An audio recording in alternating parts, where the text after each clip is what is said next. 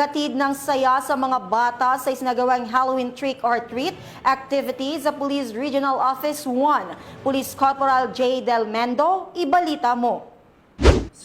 Smiles and sweet treats. Isang araw ng kasiyahan, makulay na kasuotan at pagkakaisa ang ipinamalas ng Police Regional Office 1 sa isinagawang Halloween trick or treat para sa mga PNP dependents at mga mag-aaral ng Child Development Center sa Brigadier General Oscar M. Floredo. Nagmistulang masayang lugar ang buong kampo habang ang mga batang kalahok na nakasuot ng malikhaing costume ay bumisita sa iba't ibang opisina sa loob ng kampo upang mangolekta ng mga candy at iba pang mga treats. Ang aktibidad ay nagbigay diin sa pagkakaroon ng pamilyang kapaligiran sa loob ng organisasyon. Personal na dinaluhan ni Police Brigadier General Dindo R. Reyes, Regional Director ng Police Regional Office 1, kasama ang mga miyembro ng command group at regional staff ang naturang programa. Ipinakita nito ang malasakit ng PRO1 hindi lamang sa pagbibigay ng serbisyo publiko, kundi pati sa pagtataguyod ng samahan at diwa ng pamilya